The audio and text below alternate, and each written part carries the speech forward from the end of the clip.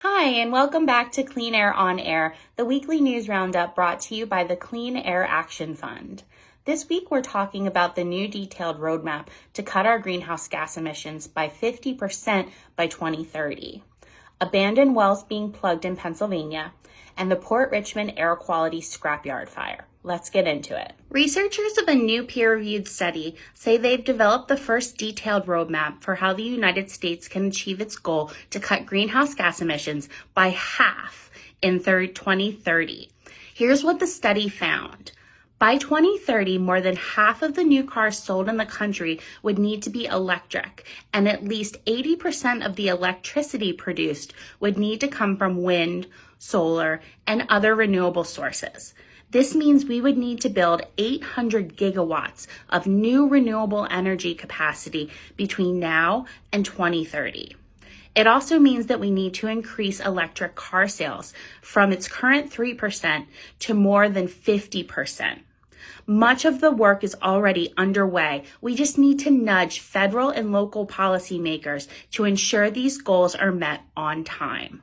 18 wells are to be capped in the Allegheny National Forest in northwestern Pennsylvania as part of a $33 million effort to plug, remediate, and reclaim abandoned oil and gas wells in national parks, national forests, and other public lands.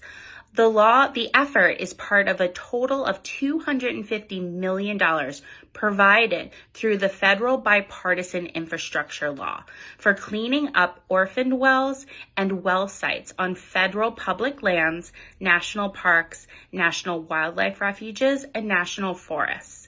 These wells can be found in strange places, along riverbanks, deep in the woods, even inside people's homes.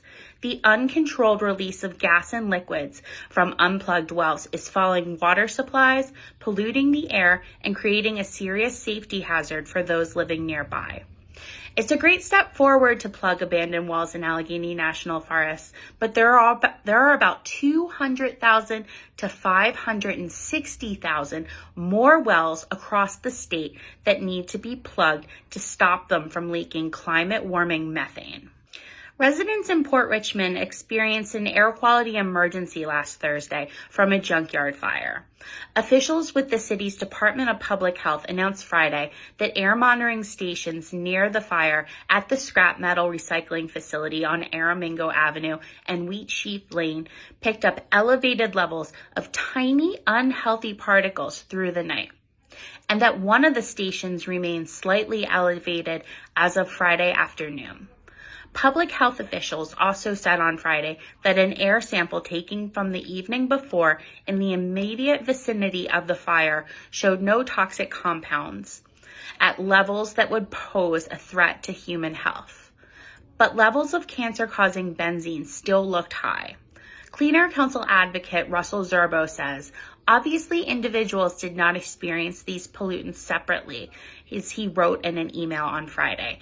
It was cumulative, so looking at them individually is not very helpful when asked about testing for pollutants individually. This is a great place to remind you that Clean Air Council has a wonderful resource on reporting pollution complaints.